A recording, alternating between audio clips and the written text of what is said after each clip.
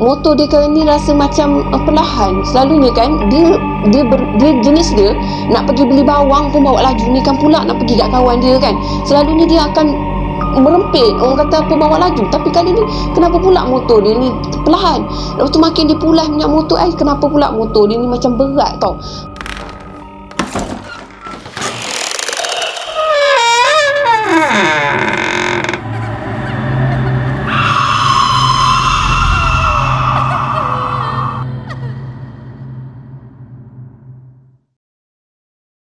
Hai korang, Assalamualaikum. Terima kasih kerana sentiasa support dengan Akak Celekeh. Terima kasih juga kepada yang beri sokongan, sama ada dari segi komen, like, subscribe untuk Akak. Terima kasih sangat-sangat.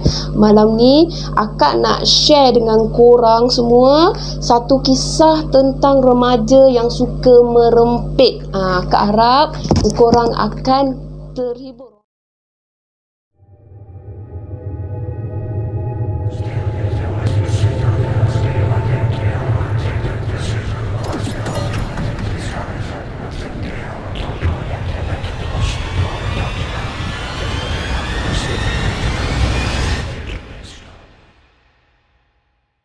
Kejadian ni korang berlaku kepada seorang remaja yang berusia 17 tahun. Masa tu dia awal-awal 17 tahun, yang dikenali sebagai Main. Okey, Main ni satu kegemaran dia memang suka merempit. Orang kata kalau mak dia minta dia pergi beli bawang dekat kedai pun, dia akan dikenali oleh orang kawasan tempat dia tahu. Kalau bawa motor laju tak ada orang lain tu, Main lah tu bawa motor laju.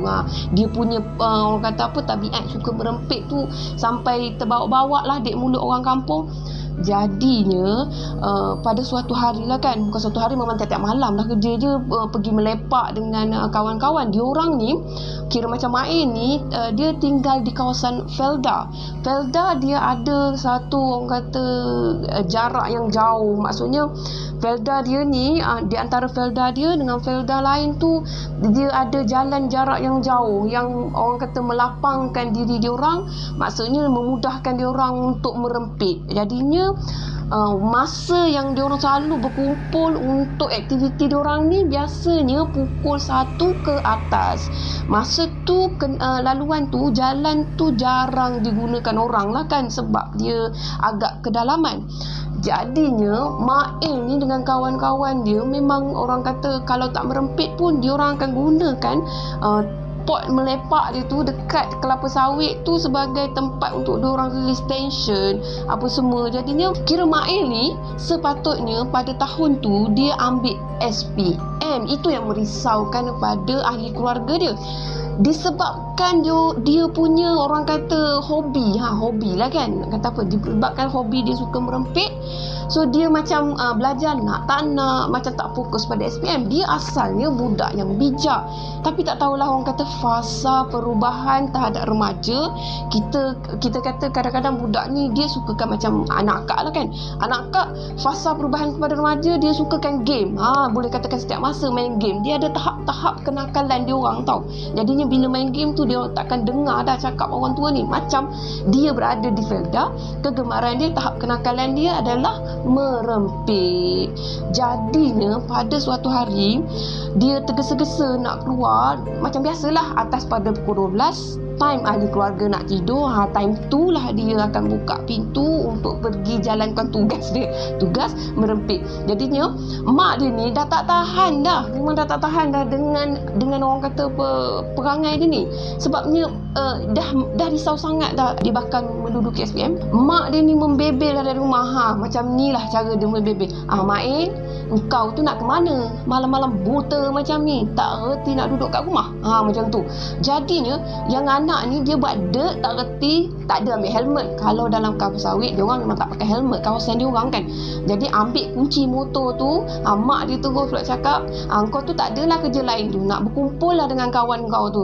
Eloknya kalau kau duduk kat rumah je, kau belajar apa yang patut, pukul 1, pukul 2 otak tengah cerdas, kau belajarlah apa yang patut. Ini kau tak habis-habis berkumpul, melepak, merempit. Orang kata tak elok kan untuk ibu bercakap macam tu. Tapi Mak En ni dia buat tak reti, dia buat dek dia terus pergi keluar rumah buat tak reti je. Okey, mak dia ni dalam keadaan orang kata geram aku, berseng-seng habis baju. Masa tu mak dia pakai baju kelawar. Alkisahnya nak jadi orang kata sedikit orang kata tak tahu kalau akak lah baca memang akak nak tergelak juga. Mak dia ni pakai baju kelawar, berbedak sejuk, bertempik-tempik kat muka. Geram punya pasal mak dia ni teringin nak pergi ngekor anak dia ni pergi merempit. Jadi anak dia pergi dulu, mak dia kemudian pergi merempit. Entah macam mana dia punya naik semangat geram dia tu, dia bawa motor laki dia pergi kat tempat anak dia merempit. Bila anak dia dah berkumpul ramai-ramai kat situ, jadi kawasan kat situ hanya disinari rembulan. Jadi motor mak dia pun datang. Dia orang cakap siapa pula ni datang ni, ada ahli baru ke macam tu kan. Dari jauh dia orang tengok ni mak dia ni dengan tudung menggerebang apa semua, pergi terus berhenti dekat tempat dia orang berkumpul. Masa tu mak tak sedar pun yang mak dia tu dah mengekor dia, dah pergi kat tempat dia tengah seronok sangat menyembang dengan kawan-kawan kan. Orang kata kebetulan berpaling badan, dia cuma dengar suara mak dia tiba-tiba cakap macam ni, makcik nak join boleh?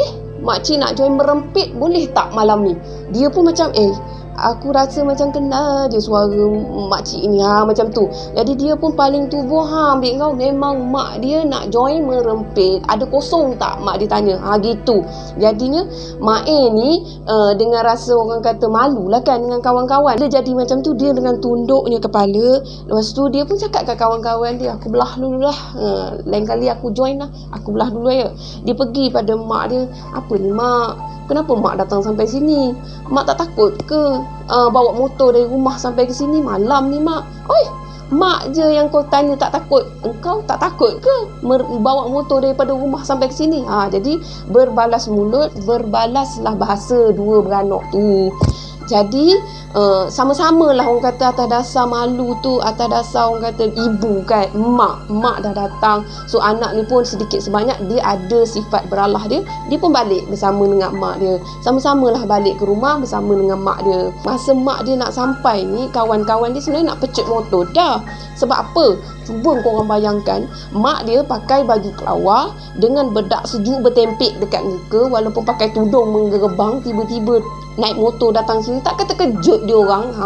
Jadinya keadaan yang terkejut tu berubah menjadi macam orang kata lawak, orang kata macam Mak tu berasa malu lah kan. Jadi esoknya, lusanya, tulatnya Mak ni tak jumpa kawan-kawan dia. Walhal dekat sekolah dia orang jumpa, tapi sebab disindir dan disindir, dia tak join merempit boleh katakan hampir 2 minggu. Macam tu. Jadi dia duduk kat rumah bermasam muka lah dengan mak dia.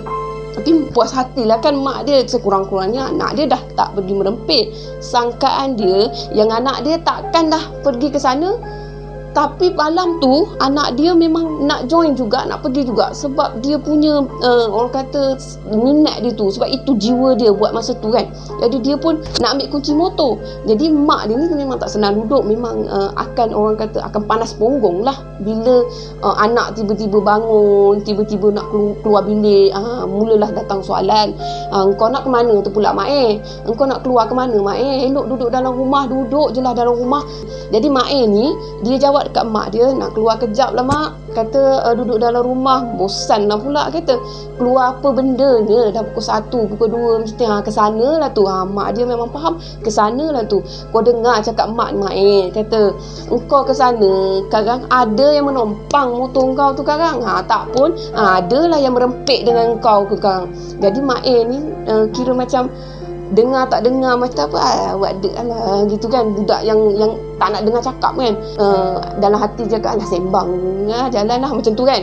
Jadi mak pun ambil kunci motor, dia pun keluar daripada rumah, dia buat tak reti aja. Lepas tu dia start kira macam dia bawa motor dia start motor dia, dia nak pergilah kat tempat kawan dia, kat port yang selalu dia orang duduk lepak untuk merempit ni.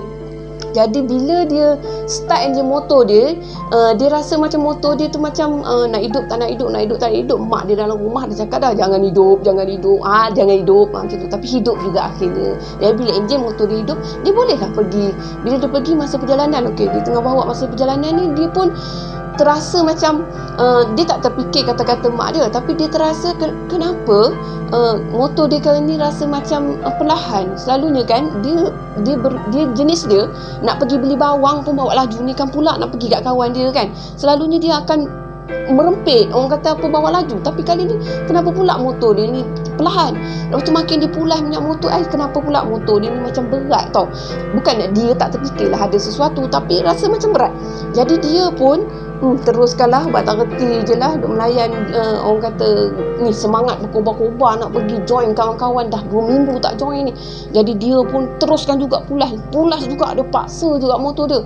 Sampailah motor dia tu tiba dekat kawan-kawan dia. Bila motor tu tiba hampir dengan kawan-kawan dia, korang bayangkan kawan-kawan dia yang tengah bersembang, kawan-kawan dia yang tengah seronok, orang kata nak mengatur ni, nak mengatur garis permulaan untuk berlumba ni, tiba-tiba start motor, ada yang orang kata pulas motor terus, tak sempat bercakap dengan si Mail ni. Tiba-tiba je masing-masing macam orang kata yang tengah duduk terkam kepada motor, lari kepada motor, terpa motor, semua bawa motor cuba lari pun tak ada berpaling. Kira macam Mail ni menuju ke arah diorang pun nak bergerak ke arah Mail, tapi diorang tak berpaling dekat Mail, diorang terbelah macam tu, tak cakap apa semua.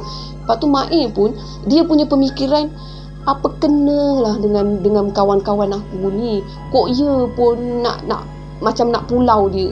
Jangan agak-agak lah, jangan buat macam ni, alahai, mental merempit macam ni, alahai, dia cakap macam tu kan. Baru je orang kata aku tak datang 2 minggu kan. Jadi mak ni pun dengan rasa orang kata apa, dah kenapa dia orang ni macam tak suka aku je ke, memang dah tak suka aku ke apa ke. Jadi tak ada jawapan. Jadi dia pun pusing lah, kira macam patah balik motor, kira impian pula dah, kira dia punya orang kata perasaan berkobar nak pergi join kawan merempit tu tak kesampaian. Jadi masa dia patah balik tu, dia bawa motor dia masih lagi orang kata berat, sama berat. Mungkin motor dia ni bermasalah dalam hati dia kan, motor aku ni nak kena ni balik semula ni. Biasanya budak-budak rempit ni diorang pandai adjust motor tau. Jadi motor dia nak kena adjust balik semula ni, sebab dah 2 minggu tak gerak kot. Jadinya dia terus bawa motor sampailah satu orang kata, bukanlah bukit tinggi, tapi dia macam membukit lah kan. Dia nak panjat bukit tu, kira macam motor tu nak menyusuri bukit tu. Tiba-tiba motor dia mati. Masa motor dia mati tu, pula dia buat hal lah pula dekat tengah jalan ni. Dia kata patutlah berat, rupanya memang problem pada enjin ni. Kan aku dah cakap, mulut dia sambil bercakap, kan dah cakap apa nak jadi dekat motor. Bila dia cuba tongkatkan motor dia, bila dia cuba pusing daripada motor dia, masa kira mendaki daripada tu, kira dekat tak dekat lah juga dengan rumah dia. Jadi dia pusing badan dia. Alangkah terkejutnya dia, korang yang dia nampak, korang tahu tak apa?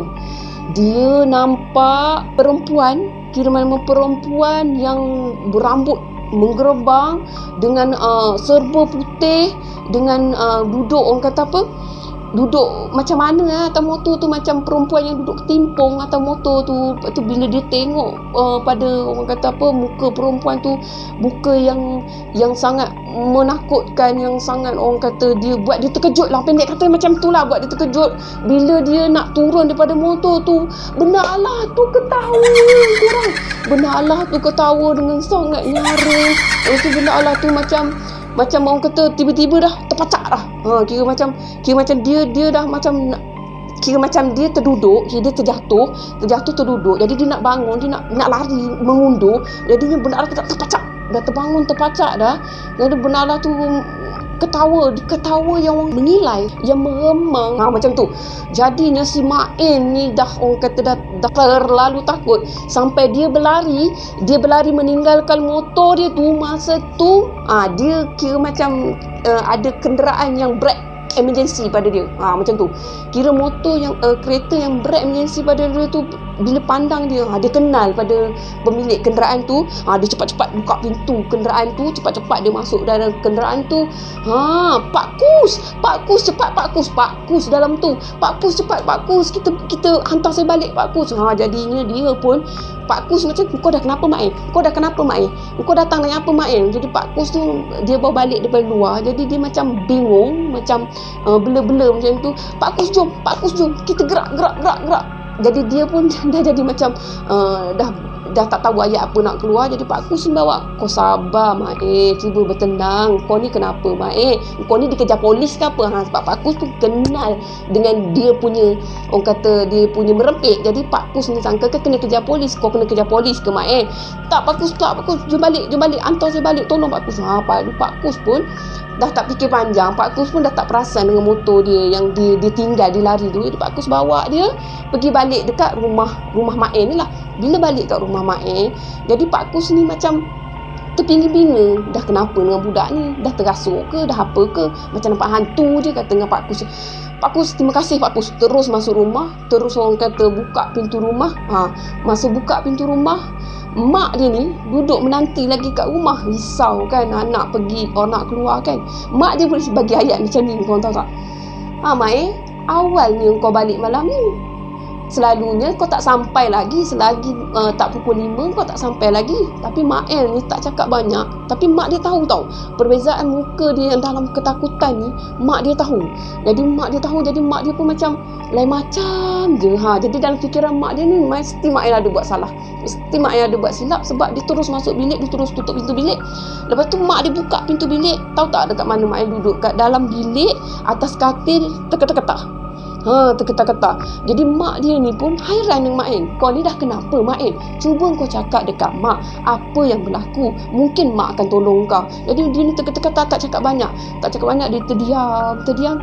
Kalau macam tu, kau nak cakap dekat mak, kau cari mak. Kau tak nak cakap dekat mak, kau tunggulah bila kau nak cakap dengan mak. Macam tu lah mak dia punya style kan. Jadi mak dia biarkan dia sampailah esok pagi. Kira mak dia ni didatangi oleh orang Felda tu. Dia datang hantar motor Mak El. Jadi mak dia ni terkejut lah. Jadi Mak El ni balik malam tadi bukan dengan motor.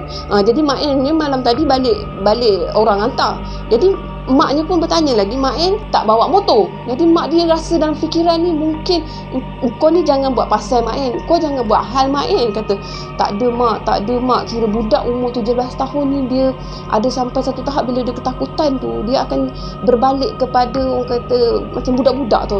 Tak ada mak, saya tak buat apa-apa Mak El tak buat apa-apa Mak, sumpah Mak El tak buat apa-apa. Macam tu dia takut. Jadinya bila orang tu dah hantar motor apa semua dah pergi, mak dia pun rasa kesian, rasa sayang kat anak kan. Pun tanya anak dia, kau kenapa Mak El? Cuba kau cerita dekat mak apa yang kau lalui. Jadi Mak El ni dah siang, dia agak berani, dia bercerita dengan mak dia. Bila Mak El ni bercerita pada mak dia ni tentang apa yang dilalui malam tu, mak dia ni tak percaya. Bukan setakat tak percaya, malah mak dia macam nak ketawa, nak tergelak. Jadi mak dia pun dalam orang kata bagi action macam tu kan, respon macam tu. Jadi anak ni kata, kalau mak tak percaya benda tu datang dekat mak, mak tahulah macam mana. Macam tu. Jadinya malam tadi mak dia pun ada cakap kan, kau jangan sampai ada yang menompang kau. Kali ni anak dia pula cakap, mak jangan sampai benda tu datang pada mak pula. Jadinya kira mak dia duk cakap, Mak El, engkau tu daripada umur 15 tahun lagi melepak kat situ Mak El. Daripada umur kau 15 tahun tak pernah hayat, sampai umur 17 tahun tak pernah tempat tu jadi berhantu macam tu. Engkau tu yang berhantu. Mak dia punya pek membebel macam tu. Dalam keadaan memang tak percaya dekat anak dia. Okey, habis part mak dia tak percaya. Jadinya hari pun berganti kepada malam. Bila berganti kepada malam, benda tu orang kata macam Kak Punti. Jadi Kak Punti ni dia orang kata mengekori Mak El ni sampai ke rumah. Dia masih tak puas hati, dia masih lagi nak orang kata menakut-nakutkan Mak El. Mungkin dia nak meluga Mak El. Dia datang sekali lagi, tapi kali ni dia datang dengan suara yang orang kata suara yang Mak El dengar. Jadi bila Mak El dengar sekali lagi suara yang dia dengar sebelum ni, dia mula tarik selimut. Dia mula tarik selimut, tutup muka dia mula menggigit. dia menggigil dan ketakutan. Jadinya dia yang dalam keadaan macam tu, dia dah tak tahan dah. Kali ni dia, walaupun dia lelaki, dia angkut selimut tu pergi dekat mak dia, pergi dekat ayah dia. Kira macam sekali mak ayah dia, sekali dengan adik dia pun ada dengar, jadi pergi sekali dekat, duduklah satu keluarga tu. Jadi masing-masing ni kira mak dia ni mula orang kata percaya pada kata-kata Mail ni. Jadinya bila benda dah jadi macam tu, jadi ayah dia ni ada orang kata bacalah kita kan, kok mana pun orang kata kita ada basic kira membaca ayat kursi, itu memang dah jadi basic. Dan baca apa yang boleh dibaca, apa yang boleh dikeluarkan daripada mulut, ayah dia akan baca bersama dengan mak dia akan baca, dan adik Mail tu pun akan baca. Mail ada 2 orang adik, jadi adik dia ni pun kebetulan pandai baca, dia pun baca. Ketakutan diorang ni mula reda bila suara yang nyaring tu mulai menjauh. Maksudnya menjauh, masa lama-lama dia hilang dengan sendiri.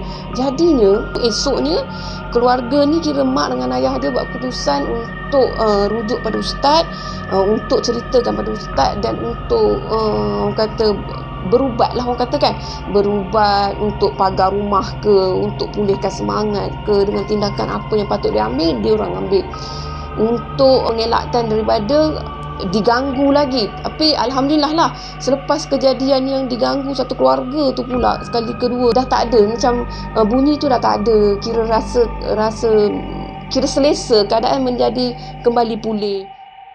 Jadi korang, moral daripada kejadian ni, akak sendiri kira macam peringatan untuk akak. Jadi kita sebagai ibu bapa, kalau boleh bercakap, orang kata bercakap itu ibarat mendoakan. Jadi bila kita bercakap perkara yang baik, supaya anak itu akan mengikut dengan perkara yang baik. Jadi untuk moral untuk anak pula, hati seorang ibu yang melahirkan memang akan sayang pada anak dia, akan orang kata mengharapkan yang terbaik untuk anak dia. Jadi anak tolonglah orang kata memahami perasaan ibu bapa, terutamanya ibu. Setiap perlakuan kita biasanya akan menyebab hati ibu tu menjadi sangat risau. Jadi kalau orang kata benda yang orang kata belum lagi sesuai untuk kita, nak merempit boleh, tak ada masalah, pergi daftar kat Lita Lumba, tak apa, settle. Tapi kalau nak melibatkan orang kata satu keselamatan apa semua macam tu, kiranya nasihat ibu ayah ini ada baiknya anak-anak ikut. Akak harap korang semua akan terhiburlah dengan cerita akak. Dan akak harap korang stay terus menyokong akak. Dan untuk mendengar lagi cerita-cerita lain daripada akak, korang boleh tekan subscribe dan korang boleh tekan butang loceng untuk sentiasa follow notification daripada akak. Okey korang, terima kasih. Assalamualaikum. Bye.